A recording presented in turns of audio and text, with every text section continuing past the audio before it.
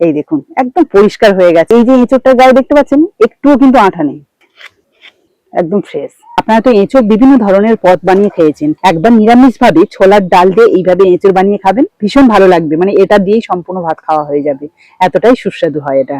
নমস্কার বন্ধুরা, সাবিত্রী কিচেনে সবাইকে স্বাগত। বন্ধুরা আজকে কিন্তু আমাদের গাছের টাটকা একটা এঁচোড় নিয়ে চলে এলাম। আগের দিন তো একটা এঁচোড়ে একদম ইউনিক পদ আপনাদের সাথে শেয়ার করেছি, আজকেও তেমনই সম্পূর্ণ কিন্তু নিরামিষ ভাবে এই এঁচোড়টা ছোলার ডাল দিয়ে রান্না করব। দারুণ কিন্তু খেতে লাগবে। আপনারা শুরু থেকে শেষ অবধি ভিডিওটা দেখবেন, আশা করি ভালো লাগবে।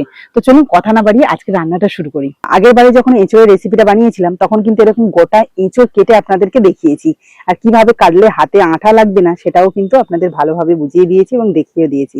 আজকেও সেম একইভাবে, পুরোটা না দেখালেও আমি কিছুটা দেখিয়ে দিচ্ছি। আগে একটু সর্ষের তেল হাতে লাগিয়ে নিয়েছি এবং একইভাবে এর গায়ে, মানে এই যে বটির গায়েও কিন্তু সর্ষের তেল লাগিয়ে নিচ্ছি, যাতে আঠাটা এই বটির গায়ে জড়িয়ে না যায়। আর একটা জিনিস যেটা লাগবে সেটা হলো একটা সুতির কাপড়। তো এখানে একটা সুতির কাপড় নিয়ে নিয়েছি। এবার আমি এঁচোড়টাকে কাটা শুরু করছি। কাটার সঙ্গে সঙ্গে তাজা আঠা কেমন ভাবে বেরোচ্ছে দেখুন। আর এই আঠাটা যদি তুলে নেওয়া দেওয়া হয় তাহলে কিন্তু হাতে টাতে সব জায়গায় জড়াবে। তো সেই জন্য কিন্তু এই যে সুতির কাপড়টা নেওয়া, সেটা দিয়ে এইভাবে মুছে নিতে হবে। তাহলে দেখুন এই যে বেরোতে থাকবে, কিন্তু অতটা পরিমাণে নয়। এই দেখুন, এবার এটাকে আরো এক টুকরো করে নেবো। একইভাবে এই দিকটাও আমি মুছে নেব। আপনাদের মধ্যে যারা আগের ভিডিওটা মিস করে গেছেন, আজকে কিন্তু তাদের জন্য আবার ভালোভাবে দেখিয়ে দিচ্ছি।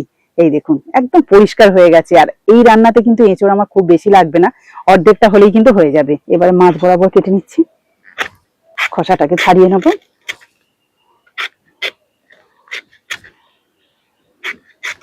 সোশ্যাল মিডিয়াতে কিন্তু অনেক ধরনের এই এঁচোড় কাটা দেখানো হয়েছে, কিন্তু আমার সব থেকে সহজ প্রসেস যেটা মনে হয়েছে সেটাই আপনাদের সাথে শেয়ার করছি। এই দেখুন আমার হাতে কিন্তু একটুও লাগছে না। আর এই যে এঁচোড়টার গায়ে দেখতে পাচ্ছেন একটুও কিন্তু আঠা নেই, যেটা শক্ত অংশ রয়েছে সেটাকে কেটে বাদ দিচ্ছি। এবার এটাকে আবার কেটে নেবো। এবার ছোট ছোট টুকরো করে নেবো আর কি, যেমন ভাবে এঁচোড় কাটে। এই যে দেখুন একদম ফ্রেশ। আর এদিকে তো আগে জলে হলুদ গুলিয়ে রেখেছি, যাতে কাটা এঁচোড় গুলো কালো না হয়ে যায়।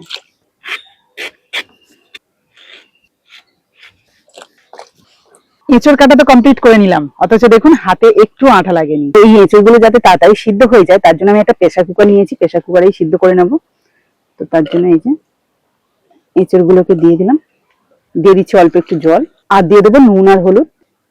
এবার এই এঁচোড় গুলোকে 3টে সিটি দিয়ে নেবো। ওদিকে যতক্ষণ এঁচোড়টা সিদ্ধ হচ্ছে ততক্ষণে আমি একটা ভাজা মশলা রেডি করে নেবো। এখানে ভাজা মশলার জন্য যেগুলো নিয়েছি আপনাদের একটু দেখিয়ে দিই। নিয়েছি শুকনো লঙ্কা 2টো, গোটা জিরে আমি হাফ চামচ নিয়েছি, গোটা ধনে 1 চামচ, গোটা মৌরি হাফ চামচ, আর গোটা গরম মশলা। এগুলো সব একসাথে শুকনো কড়াইতে ভেজে নেব। মশলাটা থেকে সুন্দর একটা ভাজা ভাজা গন্ধ আসছে। এবার আমি এটাকে নামিয়ে নিয়ে সরাসরি কিন্তু গুঁড়ো করে নেব।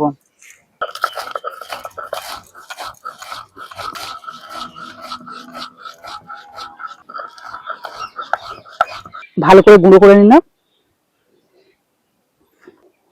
এদিকে দেখুন এঁচোড়টাকে কিন্তু সিদ্ধ করে নিয়ে চলে এসেছি।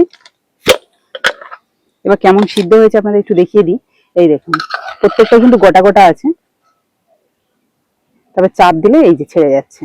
তো এইভাবেই সিদ্ধ করে নিতে হবে। এবার আমি জল ছাড়িয়ে একটা পাত্রে রাখছি।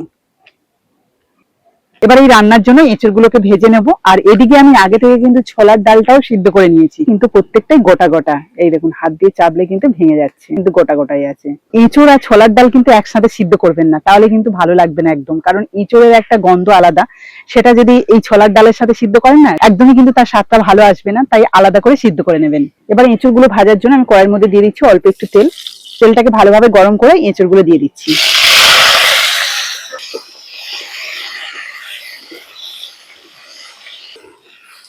এঁচড়গুলোকে একটু হালকা করে ভেজে নিলাম। এবার এগুলোকে তুলে নেবো একটা পাত্রে।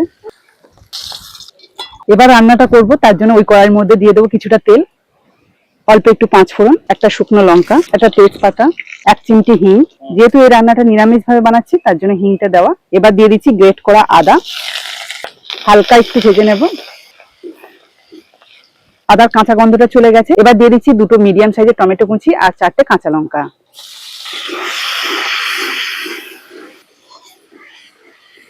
এগুলোকে হালকা করে 1.5 মিনিট মতো ভেজে নিলাম। এবার সুন্দর একটা কালারের জন্য আমি দিয়ে দিচ্ছি 1 চামচ কাশ্মীরি লঙ্কার গুঁড়ো, হাফ চামচ হলুদ গুঁড়ো, সামান্য একটু জিরে গুঁড়ো, স্বাদ মতো নুন। মশলাটাকে দেখুন বেশ ভালো করে কষিয়ে নিয়েছি। এবার সিদ্ধ করে রাখা ছোলার ডালটা দিয়ে দেবো।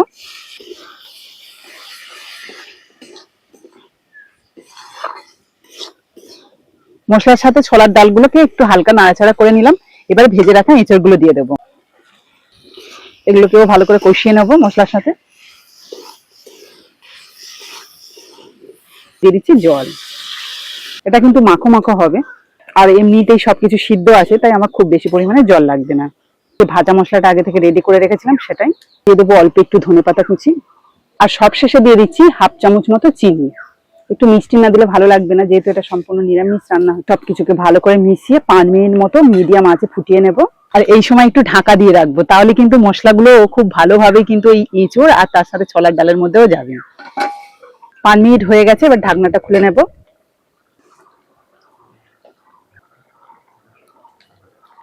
এই দেখুন তো গ্রেভিটা কত সুন্দর হয়েছে।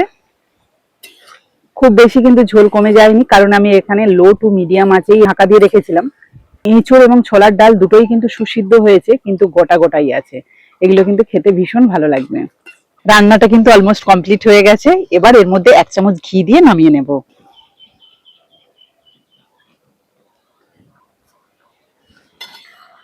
ব্যাস, এই দেখুন গ্রেভিটা একদম পারফেক্ট হয়ে গেছে। এবার আমি নামিয়ে নিচ্ছি।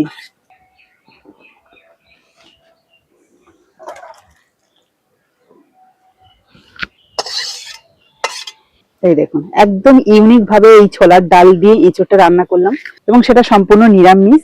দেখতেও কিন্তু দারুণ হয়েছে, এটা খেতেও ভীষণ ভালো লাগবে।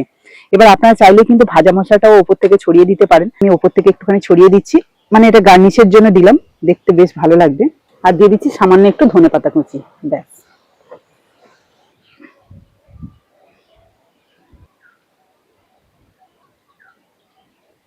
এবার একটা পাত্রে সার্ভ করে দেখাই। আপনারা তো এঁচড় বিভিন্ন ধরনের পদ বানিয়ে খেয়েছেন, একবার নিরামিষ ভাবে ছোলার ডাল দিয়ে এইভাবে এঁচড় বানিয়ে খাবেন, ভীষণ ভালো লাগবে। মানে এটা দিয়েই সম্পূর্ণ ভাত খাওয়া হয়ে যাবে, এতটাই সুস্বাদু হয় এটা।